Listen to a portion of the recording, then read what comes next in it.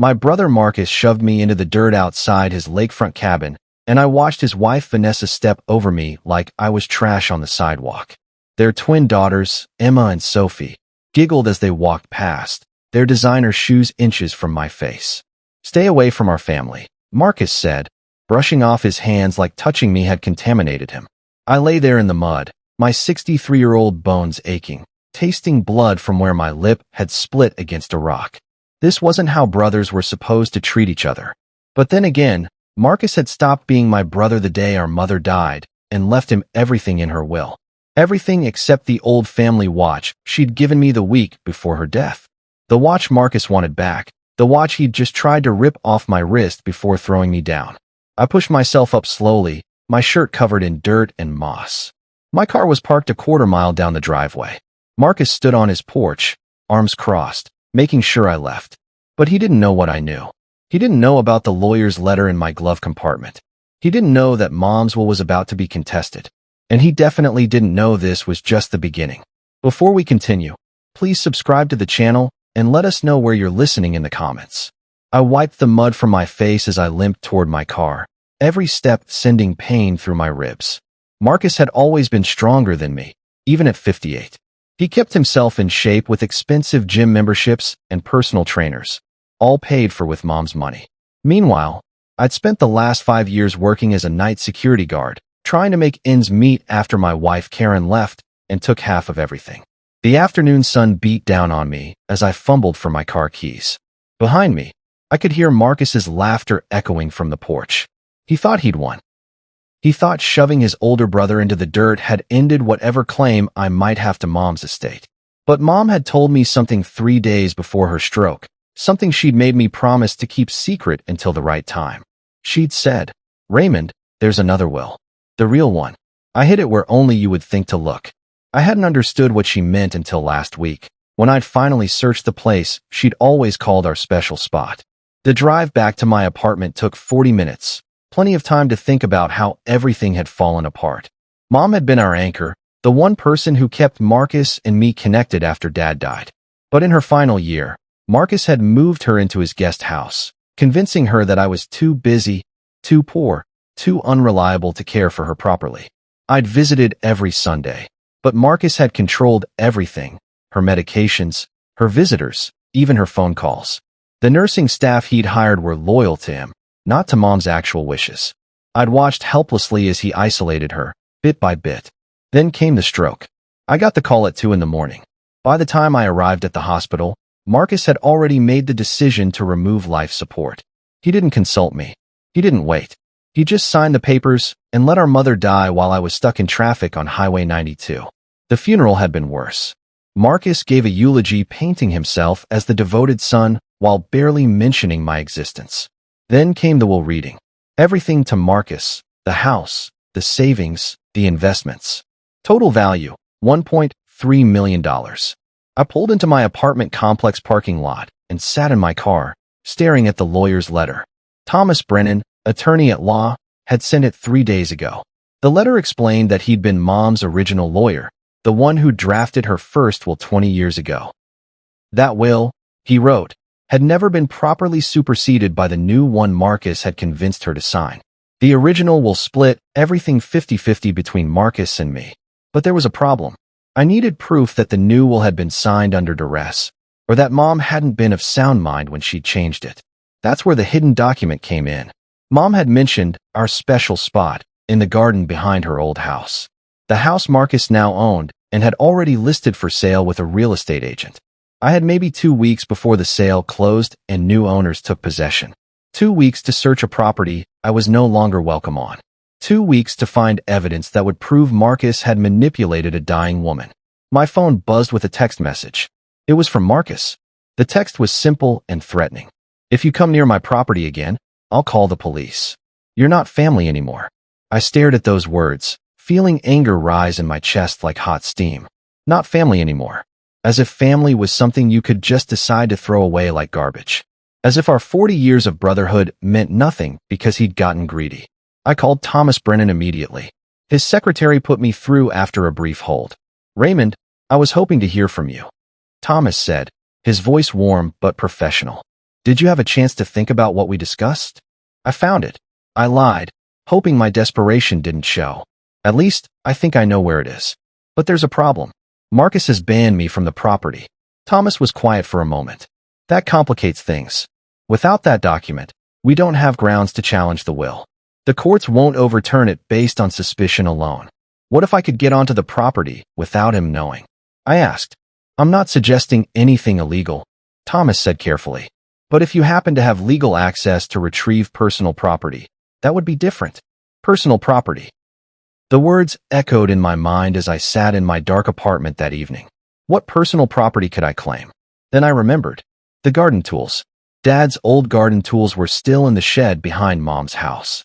Marcus had never used them, never cared about gardening the way Dad and I had. Those tools were technically mine. Dad had given them to me before he died, told me to take care of the garden he'd built with his own hands. I called Thomas back with my plan. The garden tools, I explained. My father gave them to me before he passed. I never retrieved them because Mom asked me to keep maintaining her garden. They're my property, legally. That could work, Thomas said slowly. If you can document that those tools belong to you, you'd have right of access to retrieve them. I'll draft a letter asserting your claim. How long will that take? I can have it ready by tomorrow morning. But Raymond, listen to me carefully. You retrieve your tools and nothing else. If Marcus accuses you of trespassing or theft, this whole case falls apart. Understood, I said, my heart pounding. Just the tools. The next morning, I drove to Marcus's cabin at dawn. The letter from Thomas Brennan sat on my passenger seat, legal language authorizing me to retrieve my personal property. I knew Marcus wouldn't be there. He'd mentioned during our confrontation that he and Vanessa were taking the girls to Seattle for the week, some kind of shopping trip and spa weekend. The cabin would be empty. The gate at the end of his driveway was closed but not locked. I pushed it open and walked up the long path, my heart hammering against my ribs. The property looked different in morning light. Beautiful, actually. Lake Washington stretched out behind the cabin, perfectly still and reflecting the pink sunrise. This was the life Marcus had built with Mom's money. Around back, past the main house, stood Mom's old cottage where she'd lived her final year. Marcus hadn't touched it since her death. The windows were dark, the small porch covered in fallen leaves. I walked past it toward the garden shed, trying to ignore the memories flooding back. Mom teaching me to plant tomatoes. Dad showing me how to prune roses. All of it gone now. The shed door was unlocked, hanging slightly crooked on old hinges. Inside, everything was exactly as I remembered. Dad's tools hung on the wall, organized by size. His old work gloves sat on the shelf, still shaped to his hands. The smell of soil and fertilizer filled my nose, bringing tears to my eyes. I started loading tools into the canvas bag I'd brought. The spade Dad had used for 30 years. The pruning shears Mom had given him for their anniversary. The small trowel I'd used as a kid, pretending to help while mostly just digging holes. Then I saw it. Behind the tool rack, where the wall met the floor, a loose board. Our special spot. I'd hidden treasures there as a child, little rocks and coins I'd thought were valuable.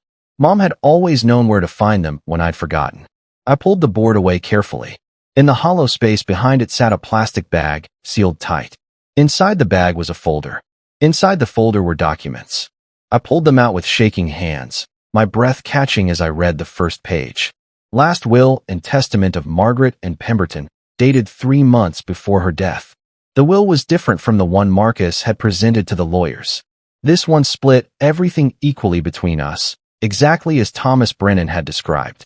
But there was more. Attached to the will were 3 letters, all in Mom's handwriting. The first letter was addressed to me. My dearest Raymond, if you're reading this, then something has gone wrong. Marcus has been pressuring me to change my will. He says you don't need the money, that you've always been irresponsible with finances. But I know the truth. You've struggled because you're honest, because you won't take shortcuts or manipulate people. Your brother has become someone I don't recognize. The money has poisoned him. I'm hiding this will where I know you'll eventually look. Our special spot. Do you remember? I need you to fight for what's right. Not for the money, but because giving Marcus everything would destroy what's left of his soul. Make him earn forgiveness. Make him remember what family actually means. I love you both, but I trust only you to do the right thing. Mom. I sat on the shed floor, tears streaming down my face, clutching the letter like it was Mom herself. The second letter was addressed to Marcus. I almost didn't read it, feeling like I was invading something private. But I needed to know what Mom had wanted to tell him. Marcus, my successful, ambitious son. I'm proud of what you've accomplished, but I'm heartbroken by what you've become. Money has made you cruel. You treat your brother like he's worthless because he chose a simpler life. You've forgotten where you came from, forgotten that your father was a carpenter and your mother was a school secretary. We weren't rich, Marcus. We were happy. I'm writing this because I need you to understand something. If you're reading this, it means you pushed Raymond away. It means you chose money over family. And it means you need to find your way back to the man I raised. The money is not yours alone. Half belongs to your brother, the man who visited me every single Sunday, even when you told him not to bother. Remember who you are, Marcus. Remember what matters. There's still time to fix this. Mom. I folded the letter carefully and placed it back in the folder. One letter remained. The third letter was addressed to both of us, to be read together. But that seemed impossible now. Marcus had made his choice when he shoved me into the dirt. Still, I read it, sitting in the dusty shed with my father's tools scattered around me. My beloved sons, if you're reading this together, then there's hope. I've structured my estate to force you both to work together. The money cannot be divided until you both agree on how to handle the family home. You must decide together whether to sell it or keep it. You must negotiate, compromise, remember what it means to be brothers. Neither of you gets everything unless you both agree. That's my final gift to you, not money, but the chance to rebuild what you've lost. If you're reading this separately, then my plan failed. Someone found this will without the other knowing.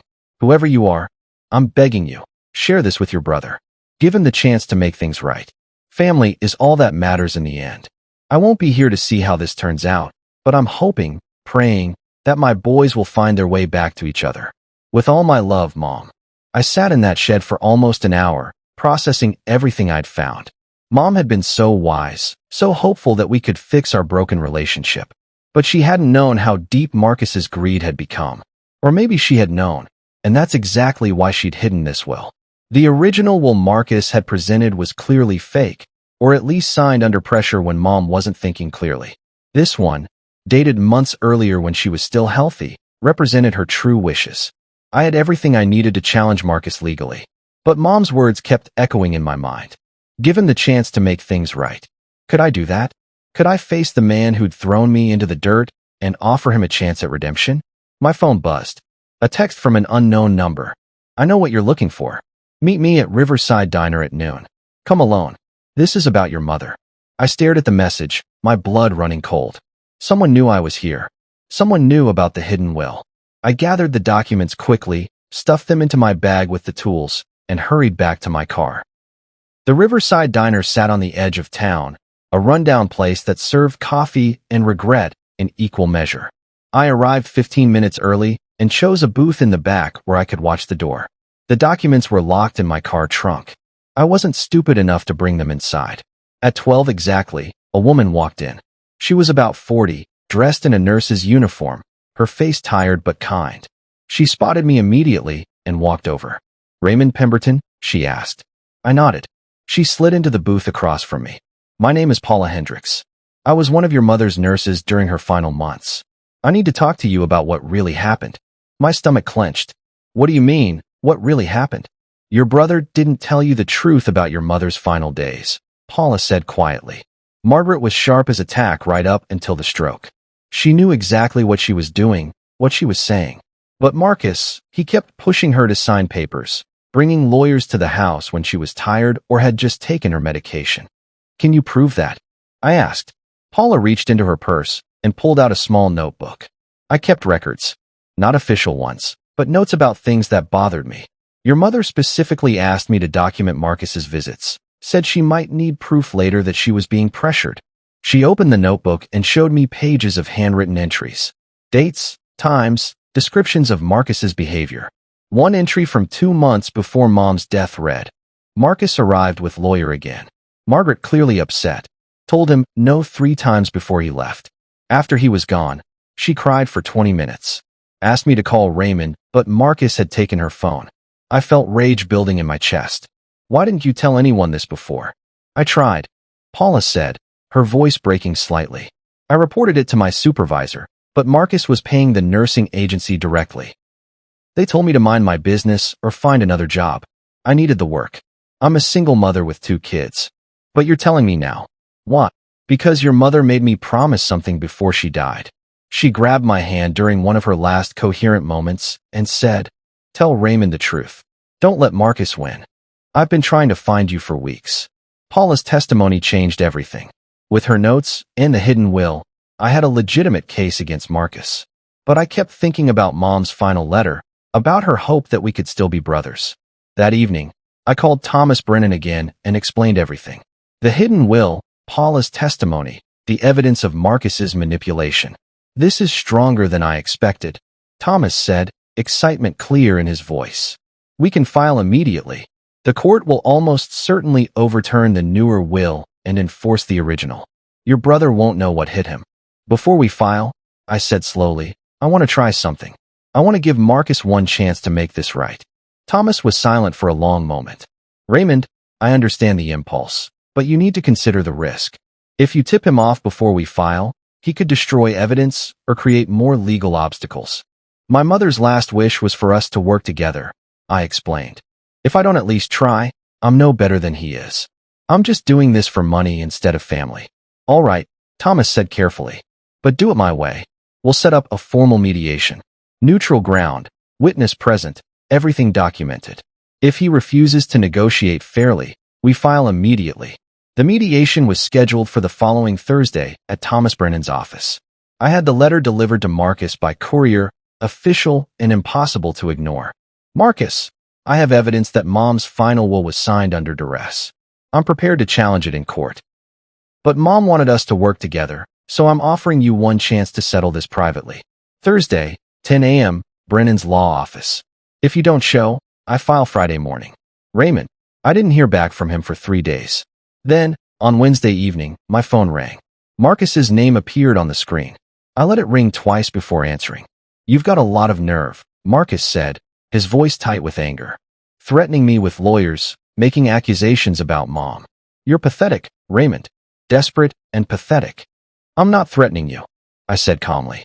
"I'm offering you a chance to do the right thing. Mom left instructions. She wanted us to work together.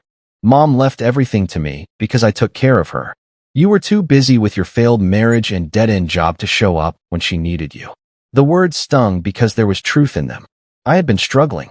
I had missed some visits. "Marcus, do you remember when we were kids?" I asked, changing tactics. "Do you remember the summer Dad taught us to build that treehouse?" There was silence on the other end. "What does that have to do with anything?" Marcus finally asked. "We spent 3 months on that project. You and me working together, following Dad's instructions. We argued about every decision, where to put the windows, how to build the ladder. But we finished it. And it was perfect because we did it together. That was 30 years ago, Raymond. We're not kids anymore. No, we're not. We're 2 grown men fighting over our dead mother's money like it's the only thing that matters. And Mom knew this would happen. That's why she left instructions for us to work together." Marcus laughed, a bitter sound. "You expect me to believe you found some secret will? Some magical document that changes everything? You're delusional." "Thursday, 10 a.m., I repeated. "Come see the evidence yourself. Then decide if I'm delusional." I hung up before he could respond. My hands were shaking. This was the moment everything would change. Either Marcus would show up and we'd find a way forward, or this would become a legal war that would destroy whatever remained of our relationship. Thursday morning arrived cold and gray. I dressed carefully in my only suit, the one I'd worn to Mom's funeral. Thomas Brennan's office was downtown in an older building with marble floors and wood-paneled walls. His secretary showed me to a conference room where Thomas was already waiting. "He's not coming," I said, checking my watch. "It's 5 after 10. Give him time," Thomas replied. These things rarely start on time. At 10:15, the door opened. Marcus walked in, dressed in an expensive suit that probably cost more than my monthly rent. Vanessa was with him, her hand on his arm like she was holding him upright. Behind them came their lawyer, a sharp-faced woman named Patricia Woods who looked ready for battle. "Let's make this quick," Marcus said, not bothering with greetings. "Show me this evidence you claim to have, and then we'll explain why you're wasting everyone's time." Thomas gestured to the chairs. "Please sit down." This is a mediation, not a confrontation. We're here to find common ground. Marcus sat stiffly, Vanessa beside him, both of them radiating hostility. Patricia Woods opened her briefcase and pulled out a legal pad, ready to take notes. Raymond, Thomas began formally. Would you like to present your evidence? I pulled out the folder containing Mom's original will and placed it on the table. This is the will Mom wrote 3 months before her death. It's properly dated, notarized, and witnessed by 2 people who will testify if necessary. Marcus barely glanced at it. Mom changed her mind. People do that. The newer will supersedes any older versions. Except the newer will was signed under duress, I said. I placed Paula's notebook on the table. This nurse documented your repeated attempts to pressure Mom into changing her will. She has specific dates and times when you brought lawyers to the house while Mom was medicated or exhausted. For the first time, Marcus's confidence flickered. That nurse has no credibility. She's probably lying to get money from you. She's not asking for money. Thomas interjected. She's willing to testify under oath about what she witnessed. And her testimony corroborates the timeline in this will. I placed the 3 letters on the table. And these are Mom's final words to us. In her own handwriting. Explaining exactly what she wanted and why. Marcus stared at the letters like they were snakes. You expect me to believe Mom wrote letters? Why wouldn't she just tell us directly? Because you stopped letting me visit, I said quietly. You controlled her phone, her visitors, everything. She hid these for me to find. Vanessa leaned over and whispered something in Marcus's ear.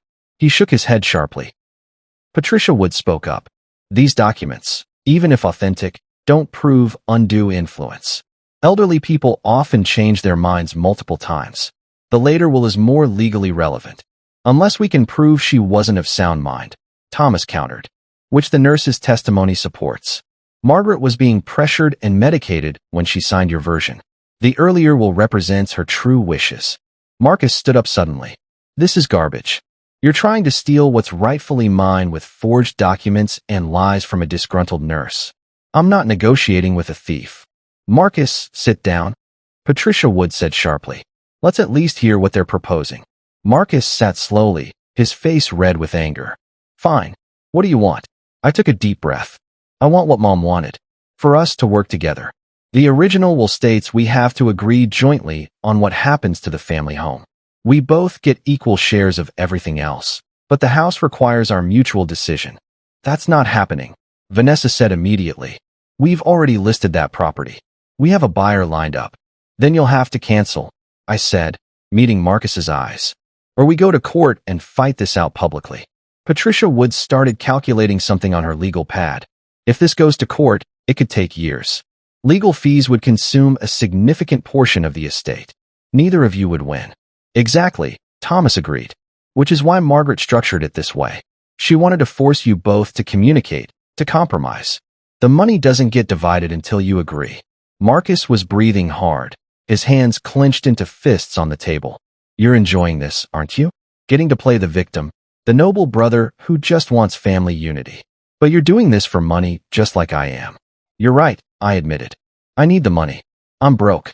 My marriage fell apart. My job barely covers rent. But that's not why I'm here. I'm here because Mom asked me to try. I picked up the letter addressed to both of us. She wanted us to read this together. To remember what family means. Are you willing to do that much? Marcus stared at the letter, then at me.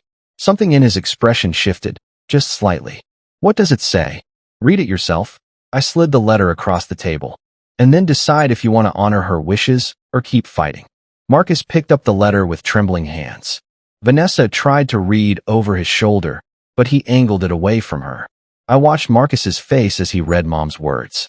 Watched the anger fade into something else, something that looked almost like shame.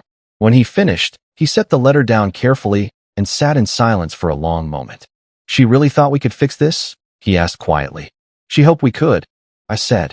Whether we actually can depends on what we do next. Vanessa grabbed Marcus's arm. Don't let him manipulate you with sentiment. This is about protecting our family, our future. Your future, I corrected. Built on money you convinced my mother to give you by isolating her from her other son. That's not what happened, Marcus said, but his voice lacked conviction. Isn't it? When was the last time you asked me how I was doing? When was the last time we talked about anything besides money? We used to be close, Marcus. We used to be brothers. Marcus closed his eyes. You blame me for everything. For Mom, for your divorce, for your career problems. You act like I'm responsible for all your failures. I blame you for lying to Mom about me. For telling her I was too busy to visit when you were screening my calls. For convincing her I didn't care when I called every single day. Is that true? Patricia Woods asked Marcus directly. Did you prevent your brother from visiting your mother? Marcus didn't answer. Vanessa jumped in. He was protecting his mother from stress. Raymond always upset her with his problems. I upset her. I felt my voice rising. I visited every Sunday for 3 years until you moved her to your property and started turning me away at the gate. You're exaggerating, Marcus said, but he wouldn't meet my eyes. Thomas Brennan cleared his throat. Gentlemen, we're getting off track. The question isn't who was right or wrong about the past. The question is whether you're willing to honor your mother's wishes moving forward. I pulled out one final document. I found something else in Mom's hiding spot. A letter she wrote to her lawyer 20 years ago, explaining why she wanted the estate split equally. She specifically stated that both sons should share responsibility for the family home because it represents your father's legacy. She wanted us to preserve it together or sell it together. To make that decision as a family. Marcus took the document and read it slowly. She never told me any of this. Because she thought you'd understand without being told, I said. She thought we'd naturally work together. Marcus set down the document and looked at me, really looked at me for the first time in years. I was angry at you, he said quietly. When Karen left and you couldn't hold down a decent job, I thought you were weak. I thought you needed to be more like me. More ruthless. I asked. More successful, he corrected. But maybe you're right. Maybe I became someone Mom wouldn't recognize. Vanessa stood up abruptly. Marcus, don't do this. Don't let him guilt you into giving up what's yours. It's not all his, Patricia Woods said, surprising everyone. Based on these documents, Raymond has a strong case. If this goes to court, you'll lose at least half, possibly more if the judge finds evidence of undue influence. Marcus looked at his lawyer, then at his wife, then at me. What exactly are you proposing? Split everything 50-50, like Mom originally wanted, I said. Work together to decide about the house. Maybe even rebuild some kind of relationship, if that's possible. And if we can't agree about the house, then we sell it and split the proceeds. But we try first to honor what Mom and Dad built. Marcus was quiet for a long time. Finally, he nodded slowly. All right, we'll try it Mom's way. 6 months later, Marcus and I stood in the backyard of our childhood home. The new owners had agreed to let us retrieve one final item before they took possession. The old treehouse Dad had helped us build stood weathered but intact in the massive oak tree. Think it'll hold our weight? Marcus asked, a slight smile on his face. Only one way to find out, I said. We climbed up carefully, the ladder creaking but solid. Inside the small wooden room, our old initials were still carved into the wall. MP and RP, brothers forever. We sat in the cramped space, shoulders touching, looking out over the garden Dad had planted and Mom had tended. I'm sorry, Marcus said suddenly. For all of it. For pushing you away, for what I said, for shoving you into the dirt. I was wrong. I forgive you, I said, meaning it. But don't ever do it again. Deal? We sold the house the following week and split everything exactly as Mom had wanted. The money helped, but what mattered more was that we'd found our way back to being brothers. Not perfect, not like we were as kids, but something honest and real. Mom would have been proud. As we drove away from the property for the last time, I touched the family watch on my wrist.